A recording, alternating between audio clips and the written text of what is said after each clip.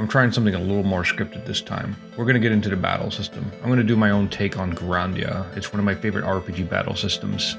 Not just because it's good, but because it has a lot of potential to explore. I'm not going to summarize it because that would just take an entire video. You can read this decent article about it here. The way I'm going to diverge is make it a little more predictable and less about positioning, and more about the precise time measurement on the charging. In most Grandia titles, it can be hard to predict when your character is going to make it to the charge time. But in my game, no matter how fast your character is, whether or not they're debuffed or whatever, they're going to be the same speed when charging their attacks, meaning when they get to the red bar. The speed difference comes from when the attacks begin on the charge bar. Speed will still affect the wait time until you get to the charge bar. Anyway, besides that, it's still a game about taking turns and whacking each other with pointy objects and numbers and all that cool stuff. The first thing to do is to create the actual battle scene and environment. This will easily be swappable, but when doing placeholders, I think it's important to make something that will take advantage of the 3D camera we'll be utilizing for the battles. My main inspiration is Golden Sun, or more specifically Beyond the Beyond, using 2D sprites for characters and lots of neat camera moves in a 3D environment. Although Golden Sun faked its perspective, it's effective at making you feel engaged in the action. I don't know if I'll get too crazy with swooping cameras like in the PS1 Final Fantasies, but it'll be neat to experiment with. So I just set up these paper dolls. They do nothing, and all I'm doing is just feeling out the scene. Is the character and the enemies at the right distance? Is the character too big? Is the enemy too small? That sort of stuff. I create a simple turntable swoop animation for the intro. When animating cameras, you typically want to animate an offset rather than the camera itself. So all I'm doing is just rotating the camera's parent and Y, and then translating downwards. Though I did realize that the mountains I made earlier did not really convey the parallaxing, because the biggest movement of the camera is going to make is in the intro. But for about half of it, you don't even see the placeholder mountain that I made. I basically just wasn't thinking about what was behind the player characters, and I need to make the backdrop in a full 360 degrees. It's just something to keep in mind when making the actual environment.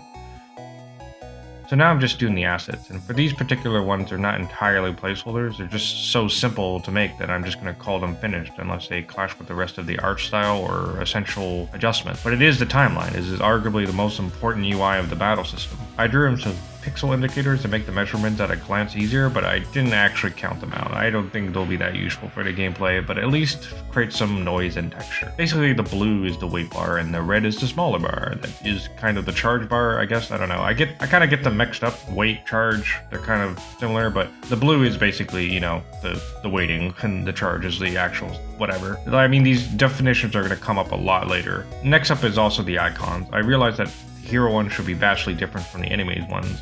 I kind of realized early on that I'm wasting my time by trying to fill them in, as I always do that later separately. I don't know what the enemies are going to look like, nor do I have any hero sprites. At the very least, enemies and party members should look distinct. So I'm setting up what are going to be the battlers. The enemies and the heroes will share the same connotation. Each battler will have a 3D and time icon associated with it. Godot makes it pretty easy to separate and isolate this. So I'm going to make the timer icons go across the timeline, and they will do it independently, much like how characters in a Final Fantasy charge up their weight bars. There are some issues to worry about though. I am dealing with pixel art scaled by 3 times, meaning if I want everything to increment by a pixel, I'll have to increment by 3 to look like it went across 1 pixel. So every increment must be a multiple of 3. I have an actual time, and then the value that represents the X coordinate is on the screen. I end up just rely on the actual X coordinate itself more so than the abstract time value. It was really just hard to think with the time value, since I sometimes had to multiply it by 3 to know where it was when I needed to stop anyway. So I ended up making it coded visually. This is really bad. I don't actually do this, but it is a game jam game. I'm sure it can be forgiven, but sometimes you gotta do something before you know which is the best method. So basically every frame of the icon is going every 3 pixels, and once it gets to a certain pixel, it stops. That's it. When setting up an RPG battle system, it can be easy to get caught up on the values. What should the character's agility be? What is a good agility to the ATB formula? What's a typical speed? What's too fast or too slow? All those questions are actually pretty useless to ask early on in development. It's always better to start with just random speeds and random starting points. You want to cover as many possibilities while the system is very simple, rather than counting for a very strict ideal one. I can always figure out the ideal speeds later on. Balancing is just not that important right now. This also leads into why I'm testing for the max number of enemies and party members. I don't know if there's actually be 5 enemies or even 4 party members, but I imagine this will be the extreme maximum. It is a 1-hour RPG, or less than 1 hour after all.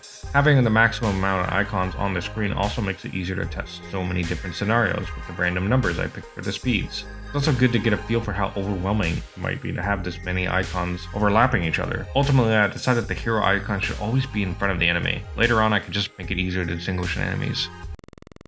Okay, so here's something to worry about. What if, for whatever reason, every enemy, every hero, were to get to the end of the timeline at the exact same frame? You wouldn't think this since, it's time-based, but we're going to need a turn order. This way we can have them line up and have them go when their turn is ready. So it's really like the enemies and heroes are racing to be first in line, but then if they're not the first one there, they have to wait for the first one to do their attack animation stuff. This is for the worst case scenario, but also could be for other things, like maybe an item that boosts any party member in the charge bar to act automatically, so it's worth looking into. So we just need to use a basic array, and if they get there, they can act. For now, I'm just using names as placeholders. Later on, they'll actually be selected as objects. So the way things are set up, or rather how Godot works, is since enemies are above the heroes in the tree, they get to act first, since their scripts are running before the heroes. Why? Well, it's because I wanted the heroes to be in front of the enemies in the timeline. Another aspect of Godot is that 2D assets are in front, the lower the scene tree they are. Now, I can easily circumvent this by simply shuffling the turn array if more than one is present, which is just a funny side effect to Godot's quirks.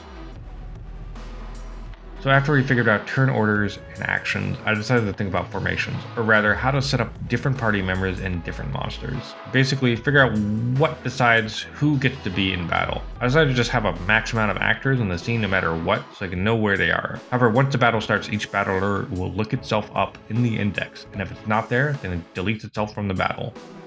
Now, what I mean by looking up in the index is basically the set child order in each formation. If you're the fourth in line, there's no character name entered in the fourth placement, then you get benched. As for enemies, I made it so that you get into a random battle, it'll select various formations or arrays containing monster names. It will set up its own sprite to a file name containing the monster name, but that's about it. For now, there are no stat differences between anyone in the battle, but it's good to implement some kind of difference between the characters, so it'll be easier later to expand on that. As for storing enemy formation data, I should really ideally store this in a JSON file, somewhere instead of just some if statement, or maybe use a dictionary. But whether or not this will change or not doesn't matter too much. Point is, I just need to make some way to branch how many enemies or which enemies will be on the screen. So we sometimes get lots of slimes, we get the dog in there sometimes, or we just get one slime. Okay, so for a bit, the timeline bar was displaying over the black transition bar, but only for a single frame. This annoyed me, so naturally I spent an hour or so trying to figure this out. Godot has a thing where the lower you place a UI element, the higher it is in the front. With 2D sprites, there's a way to override that with something called the Z index, but for whatever reason, UI works a little bit differently. But the timeline graphic was the highest in the hierarchy, so what's going on? Anyway, I realized what was happening. If you're a child of something, you might not get priority right away. The two black bars are a child of something in the lowest part of the hierarchy, but they get created after the timeline graphic. It loads the parents, then the children. I think that's what's happening anyway. It always helps to read the documentation of how Godot actually loads its scene objects. If you're ever confused on a very fundamental problem, it's always helpful to read the documentation of how Godot actually loads its scene objects. The fix was to just force the black bars to be on top as soon as they're created, and it works. Forcing to the top is not something you want to do all the time, but it helped me in this case. So enemies and heroes get to the red bar and stop. What happens after that? Well, basically they issue commands and they plop to the charge bar. However, what will be different from other Grandia type battle systems is that every actor will be at the same charge speed no matter what. Spells and attack speeds will determine their start location, but other than that, everyone is at an equal playing field when they get to the charging. This, however, leads into a problem. For some reason, when side-by-side icons are just really jittery, I mean, at different speeds it's not as noticeable, but something just feels off. I went through a bunch of hoops thinking it was the integer scaling, maybe they weren't actually moving by 3 pixels. Keep in mind, I want things to go slower than 3 pixels a frame. I have to add an extra time between the pixels, meaning moving 3 pixels after every 2 frames, for instance. I recorded a video and opened up in Premiere to frame by frame it. Then I realized what was going on. If the timer icon starts at a different time, and they only move when their timer goes off, then they will move at different frames. If they all start at the same time, then they'll look in sync. I decided that since every icon is going to move at the same speed on the charge bar anyway, that the battle itself will keep track of when to move on a global timer. Have you ever heard of the bust analogy to describe how the flag works in Super Mario Bros. 1? Well, a similar principle is being applied here. An icon that can make it to the charge bar will all be moving depending on when they get there. Other times they might have to wait, but at least it looks nicer this way. This also prevents inconsistencies when an icon should be behind, and yet in the same pixel as the icon ahead of it for a single frame. So we're going with that. So nothing special here, this is just me adding the letters to each individual monster to differentiate them. The further down the enemies in the hierarchy, the further down they'll be in the alphabet. Though there is a problem with this. Usually in RPGs, the letters represent the order of the same type the monster is in. For example, if there are 3 slimes and 3 dogs, you'd have Slime A, Slime B, Slime C, and then Dog A and Dog B. And maybe, if there's only one monster of one type, then there would be no letter at all. In my case right now, it's just Slime A, Slime B, Dog C, Slime D, Dog E, or whatever. Although there is no inherent problem with this, it just seems a little inefficient or not correct. Though I think having less letters the further you go down the alphabet, the better, as you have the monster icon and the letter being 2 separate unique things. I may or may not rectify this, who knows. Either way, each enemy will be identifiable. So what happens when you arrive at the charge menu? How does the hero know which command to use? Well, we're going to have to make the command menu and start doing some serious UI work. There's something called a 9 slice, which is what most RPGs use for window boxes. It's called that because there's usually 4 unique corner elements and then 4 stretch or repeating elements, and finally, a center element that can be repeated. This is a basic way to get a box with borders on it, and Godot not only makes it easy to deal with, but you can easily tell what's going to look like without having to even play the game. The 9 slice placeholder is of course from RPG Maker. I'll review the art for it much later, but again, if it's in place, it's trivial to edit later. Here I'm just figuring out how much space it ought to take and what the party members will end up next to it. It's also worth considering if I'll move the party member selected and not worry about the party member being covered by the command window. Text is another big thing. I'll be using the standard silver font that you can get on HIO. I figure out the spacing in between the command lines and add in a drop shadow text that's basically programmed to mimic the white text as parented to. Though the commands are mostly static, I imagine every hero will have an attack command. I started to wonder if there would be a different magic or skill commands for each one. I decided not to worry about that for now, but I stick with tech, as in technique or placeholder skill command, as that sounds cool.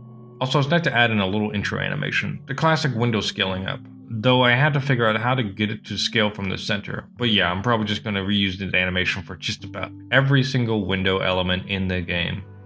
Now for the cursor, and this is where we start to leave the UI customization behind and go into code. I just do a simple thing I learned from so many RPG Maker projects. You have a number that represents the cursor position. If you press up or down, it increments or decreases it. If you get to 0 or the max, then it loops around. Pretty basic stuff. I realize though, I'm probably going to have to reuse that code for so many things, such as other menus or selecting magic items, etc. But for now, it's unique to the command menu. Now I gotta actually add the command menu for right before the hero gets to the charge bar. Now this is something that's going to change, but for now the battle itself, meaning the brain of the battle system, the overarching code running the battle is creating the command menu. This makes it challenging to pass through who we're actually commanding, as the player should probably know who they're commanding. I just had to put a name window. For now the battle system up to this point has been fairly minimal. The HP and the ego will not display unless it's relevant. In say Final Fantasy, when the hero is selected, it's a matter of putting a cursor next to your name, so I opted to display the name of the character being selected in my particular circumstance. I also made it so the camera moves towards the hero. Here's where I encountered an issue. I decided to use tween to make the camera move to a given battler. However, if you're able to move towards the hero before the intro animation ends, then there's some jank that happens. That's because the animation and the tween arc try to control similar values, so either they need to use completely separate values, blend between the values, or wait before the first animation finishes. I opt to just refactor how the camera actually works. If you have no idea where something is going to end up, it probably shouldn't be an animation. It should just be dynamically coded or at least lerped. Lerp is short for linear interpolation. I decided to separate the values enough so it isn't a problem and worry about it later. Back to the character names. I realized that the window does not care about the amount of characters that the name has. This is going to be a common thing to use, having the window box width or height match the contents inside the window. This problem can be more complex than you think. Fortunately, Godot has a very straightforward solution that I got from the help thread. I use what's basically called an HBox container. Have the given text be a child of it. then have the window actually be the child of the text. The use layout option will dictate the container size, but in turn will also dictate the window size. With a few adjustments and finagling, I got it to work. We're going to be reusing this for so many other things. Hey, I'm doing something a little different this time. I'm basically recording this as I'm recording myself as I record a footage, as sort of like a actual diary entry. I'm still experimenting with the game development video process, but I wanted to just kind of reveal my thought process in the moment so that I don't like forget what I was thinking at this moment. But basically, the battle system is in this kind of state. It has battlers, it has enemies, which is a type of battler. They go on a timeline, they travel along a timeline, and then if the player characters, one of the player, I should say, hero battlers, gets to the charge bar, you can input a command. If the enemies get to the end of the charge bar, which hasn't happened yet, they simply just stay there. But yeah, for now you can just whoever gets to the action command first gets to act. Basically, that's all there is to it. And it goes to the hero that you've selected. Basically, I got that implemented where it shows the name of the hero, and the camera goes towards the hero. You might think like the camera going towards the hero is like a kind of like, oh, like you're being fancy by having it going over to that. But like, no, it's just a way to debug, like, am I going to the right node that's actually the right battler, basically, that's actually gotten to that point? Because right now, like, there's nothing to distinguish any of the battlers. They all have the same sprite. They all have the same behavior, others aside from the fact that they're all randomized. So like these, of course, these like icons at the bottom, whenever I restart the battle, it's randomized, right? They start at different locations, they go at different speeds, but when they get to the charge bar, they go at a relative speed, basically. But yeah, right now I can select commands. They don't really do anything except print stuff. So there's like not really much you can do past this point. And I'm kind of procrastinating right now, and I think it's because whenever I'm working on a game, I rather tweak things more than progress things, if that makes sense. It's good to like figure out like, like, hey, I should, tweak this a bit more and blah blah blah, but you really want to get the game actually done. and and a good way to know if you're actually getting the game done or not is basically thinking about the gameplay loop. What is the win state and what is the failure state, right? Right now there's no win or failure state, right? There's just something happens and you can't really do anything, right? And I could start worrying. There's like so many things to worry about. Like I could just go through every single command and be like, okay, what happens if you attack? What happens if you use a skill? What happens if you defend? What happens if you use an item? But because that seems logical, right? I should just do everything in order. But attacking, I would rather just work on attacking because that goes into targeting. And targeting, well, you can target with a skill, you can target with an item, but the difference between those are like attacking doesn't require a sub menu, right? Skills and items do require a sub menu. So now I'm thinking, well, I should just focus on attack and targeting. And even if the values don't, they aren't final, like what is the formula for doing damage to an enemy? Doesn't matter right now. Doesn't matter. The point is, if you do any damage at all, and there's a way to win and lose, basically, if there's HP and the enemy has HP, and one of you can die, then that's how close you are to getting the battle system done, really. Alright, so what happens after you select attack? Well, you gotta select who to attack. Instead of the camera going towards a specific target, I decided to have it go towards an invisible point placed in front of the enemy party. This is entirely static and hand placed, but I don't think I'm going to change this much. Some of the selection code is fundamentally the same as selecting commands except it's horizontal. Except also, instead of going through an array of strings, I'm going through an array of objects. Basically, you cycle through whatever is placed inside the enemy line object. An object that does nothing other than house each enemy object. To test it, I decided to just print the name on a window that are reused during the hero name window. It's also to test the alphabetical denotation. Here's the thing. Up to this point, I decided that as long as you get more enemies, it should originate from the center. Mainly so that when there's only one enemy, it does not awkwardly sit on the left side, making it feel unbalanced. Problem with that is that the left and right keys won't correspond to the adjacent enemies anymore, meaning while left and right will consistently go up and down the enemy line order, it visually won't make sense to the player. So what's the solution? Well, the solution is to run away and avoid your problems. Like most situations in life, I decided to worry about it later. But probably the best way to deal with it would be to rethink how I'm spawning in enemies, both spatially and in the tree. As of now, enemies just delete themselves if they don't find themselves in the encounter list at the start of the battle. This is a pretty rigid way of going about things, but it's good enough for now. Regardless, I decided not to worry about it till way later, if it's even a problem. And even then, it doesn't look that bad going against a single enemy shot-wise. Just a weird gap. Just a gap. Just a tiny little gap. Yeah, just no big deal. And now to put on a little neat arrow. For some reason, I decided to make it a 3D floating object. I could have made it a 2D object, but for another random reason, I decided to just have each enemy have their individual cursor. So it's just a matter of enabling it when it's selected. Not the most efficient because each enemy has their own upside down triangle that's hiding until selected, as opposed to just dynamically moving one between them. But yeah, I'm just lazy. What if I wanted to change the cursor based on the enemy is the only advantage this method gives. Not everything has to be a perfect solution. So now, you can tell a hero to attack a target. But what actually happens, well, now they go on a charge bar, and won't execute the move until they get to the action part. I decided to then revisit everyone's favorite issue. What happens if they all act at once? Basically, you gotta think of it like a restaurant. Whoever's first in line goes first. How it's sort of programmed now is that the one in first gets the command, and everyone else gets ignored.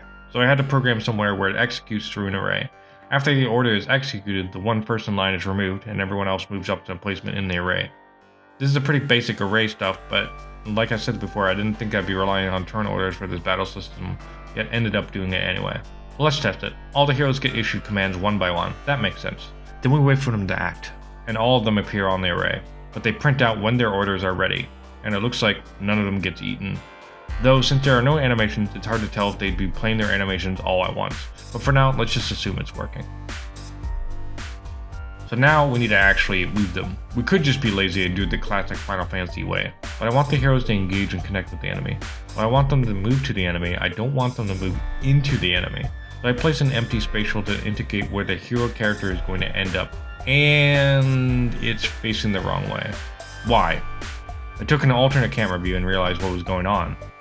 The enemies are facing the right way, but they're facing away from the camera. Remember, I went apeshit about how dynamic the camera should feel and get to that nice golden sun type facing. Well, it turns out that meant placing the actors diagonal to each other. So even though the sprites look like they're facing the hero, they're actually not. So I decided to make the front spatials diagonally to the player. Not the best solution, but it's something to keep in mind if I make some other battle system, especially with actual 3D enemies. Now we have our heroes going back to their spot once the animation is over. They go back to the start of the bar after they're finished. It's starting to feel like an actual loop, even though there's no way to win the battle yet. Of course, when doing the enemies, another issue pops up. They're attacking the wrong way. Okay, so the heroes are going to be in the right spot, but they're actually not facing the enemies. We now need to take the heroes and actually look at the enemies. But then, a bigger problem crops up when the enemies start facing different ways than the heroes. Why? Because since the heroes changed their facing, the spot on where to be in front of them moved as well. The quickest solution is to have the heroes reset their facings to where they were before. Using these cubes as an example, you can see how they reset their positions.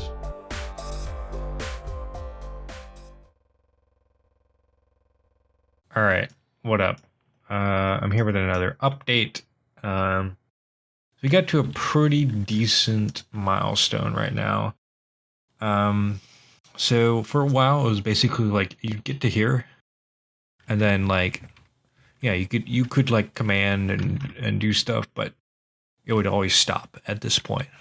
I kind of just have you know, all I remember was just being here forever. But now things actually happen. You know, you select your command, and time starts continuing, and you do a thing, and you reset back to the original position on the timeline, and everyone's doing their thing as they're supposed to. Enemies do their thing. They don't have animations, but they are technically trying to play an animation. I'm surprised Godot does not crash, but it saves me time on having to add in.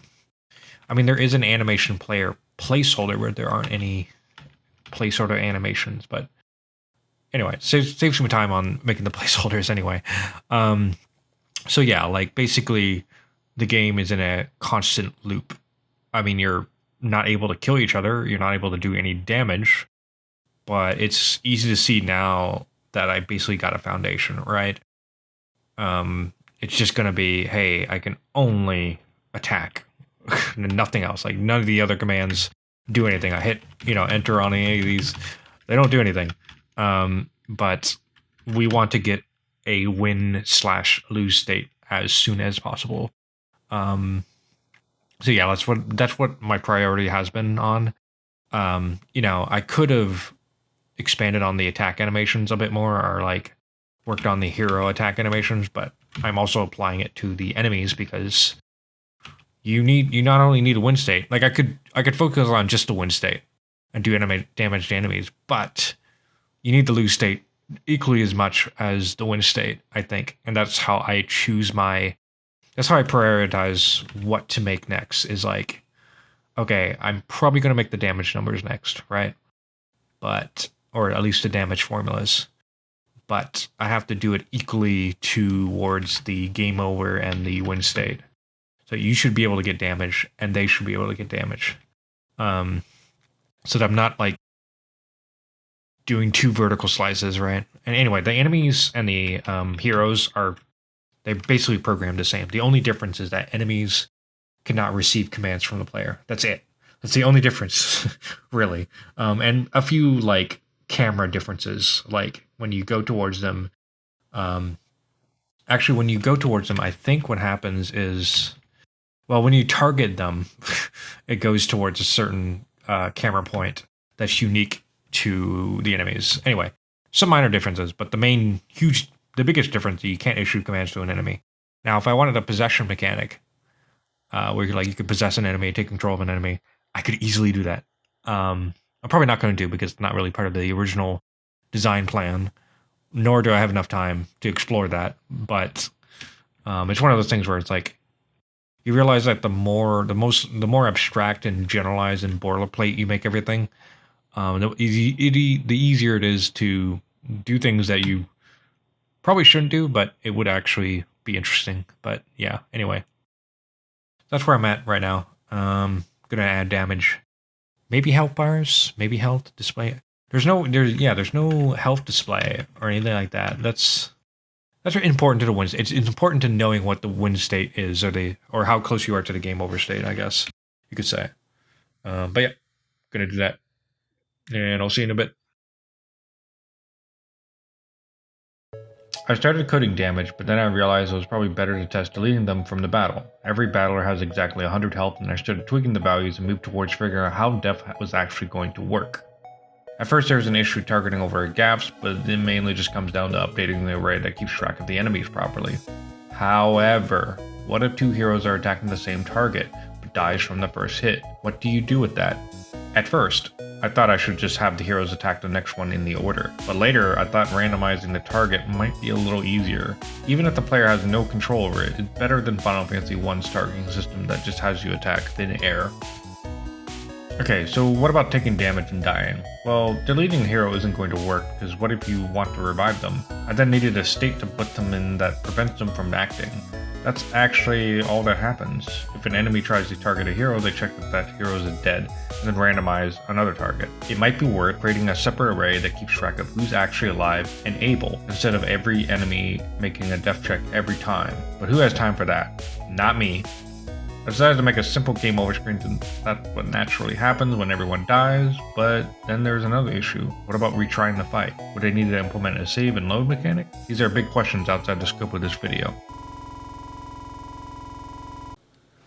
Okay, so I it's been a couple of hours since my last thing, and I'm still stuck on this stupid bug where basically I have one character just to make it easier to show this, but you die and then enemies will keep attacking if they're still on the charge bar.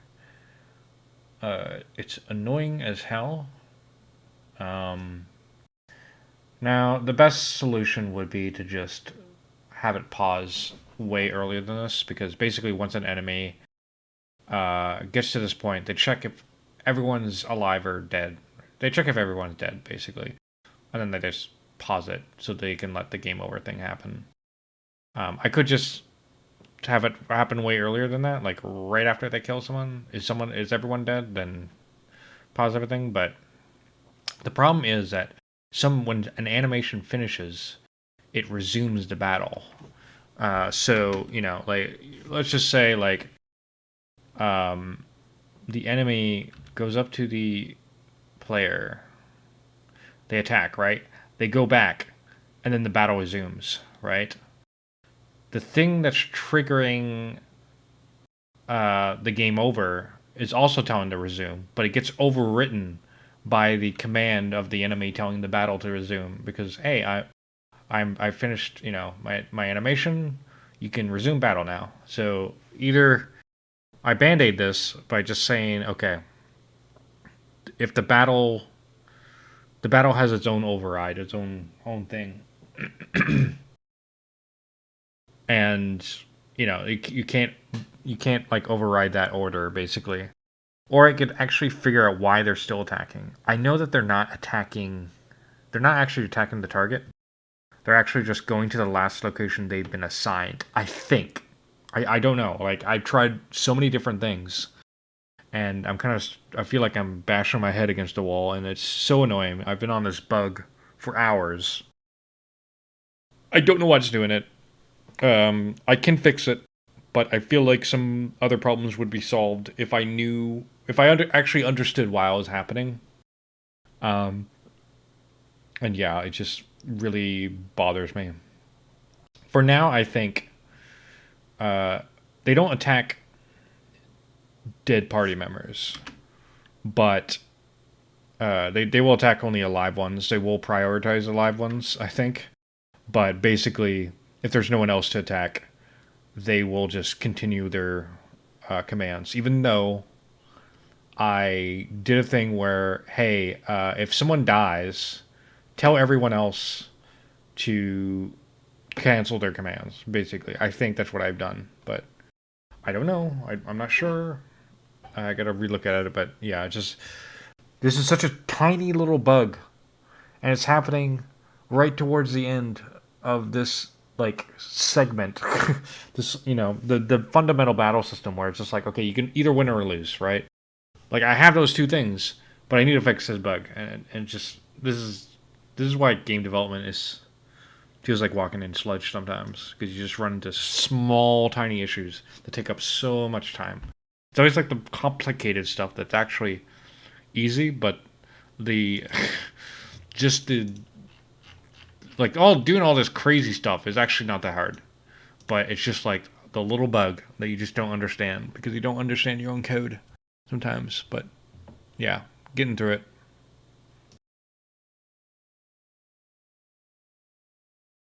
So that's it for this video. This is an RPG battle system at its most simple and foundational, but it's something to build upon. I'm not sure if I should do another video as in depth as this, so the rest of these dev diaries might be a little looser like before. Anyway, I don't know how to end this video properly, but yeah, I'll see you later, I guess. You can stop watching the video now. Thanks. You can stop watching it. Just click the thing. All right. Bye.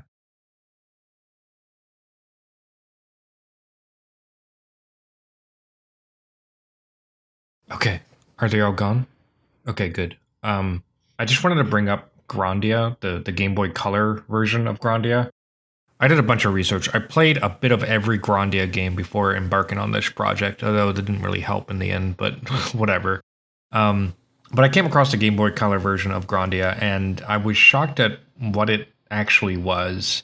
It's an isekai, or isekai. I don't know how to pronounce it, but basically you're this kid who gets transported from Japan into the world of Grandia, and you meet the characters from Grandia 1.